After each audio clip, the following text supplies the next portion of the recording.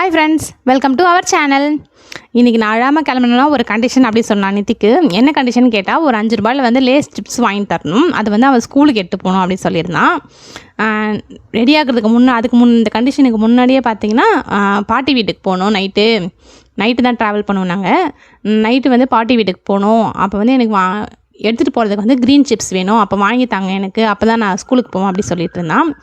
சரி வாங்கிக்க நிதிக்கு அப்படி சொன்னால், எடுத்து வீட்டில் வச்சுட்டு போனால் வீட்டில் வைக்க மாட்டேன், நான் பேக்கில் வச்சு ஸ்கூல் பேக்கில் வச்சுட்டு தான் போவேன்னு சொல்லிட்டு வாங்கிட்டான். ஒரே சந்தோஷம் சாருக்கு. ஒரு ஹாய் சொல்லுவான் பாருங்க. வாங்கிட்டேன்ட்டு வாங்கிட்டேன் அப்படி சொல்லிட்டு ஒரு சவுண்டாக சொல்லிட்டு இருந்தான். இதை ஸ்கூல்லையும் சாப்பிடல. நான் ஸ்கூல் ஸ்நாக்ஸுக்கு வந்து நேந்திரமான சிப்ஸ் வச்சுருந்தேன், ஸ்கூலில் சாப்பிடல. மறுநாள் காலையில் தான், நைட்டு ஊருக்கு போகலன்னு தெரிஞ்சிச்சு, அதனால் மறுநாள் காலையில் தான் எடுத்து சாப்பிட்டுட்டு இருந்தான்.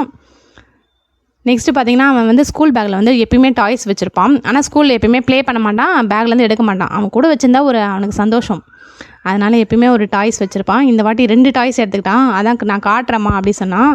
காட்டினதுக்குன்னா ஒரு பைக்கு, ஒரு வந்து அயன்மேன் வச்சுருந்தான். அது கூடவே சிப்ஸ் வச்சுக்கிட்டான். இந்த பேக் ஜிப் வந்து அவனுடைய ஸ்பெஷல் ஐட்டம் வைக்கிறதுக்கு, ஃப்ரண்ட்டில் தான் அவனுக்கு புக்கு நோட்டில் வைக்கிறதுக்கு. பேக்கில் வந்து அவனோட ஸ்பெஷலான அது ஓப்பனே பண்ண மாட்டான் ஸ்கூலில். ஜாலியாக இருக்கும் அவனுக்கு அது. ஏன்னா ஒன்று வச்சா தான் அவன் ஸ்கூலுக்கே போவான், இல்லைனா நான் போகவே மாட்டேன் அப்படி சொல்லுவான். ஓகே ஃப்ரெண்ட்ஸ், நெக்ஸ்ட்டு வீக்குக்கு வந்து ஒரு மசாலா மோர் குடிக்கலான்னு சொல்லிவிட்டு கருவேப்பிலை, கொத்தமல்லி, சீரகம், இஞ்சி, நெக்ஸ்ட்டு வந்து பார்த்திங்கன்னா மிக்ஸி ஜார்லேயே வந்து தயிர், கொஞ்சம் பெருங்காயம், உப்பு போட்டு நல்லா மிக்சியில் ரன் பண்ணிட்டு தேவையான தண்ணி ஊற்றிட்டு எடுத்துக்கிட்டேன். ஓகே ஃப்ரெண்ட்ஸ், என்னோடய வீடியோ பிடிச்சிருந்தா லைக் பண்ணுங்கள், கமெண்ட் பண்ணுங்கள், சப்ஸ்கிரைப் பண்ணுங்கள்.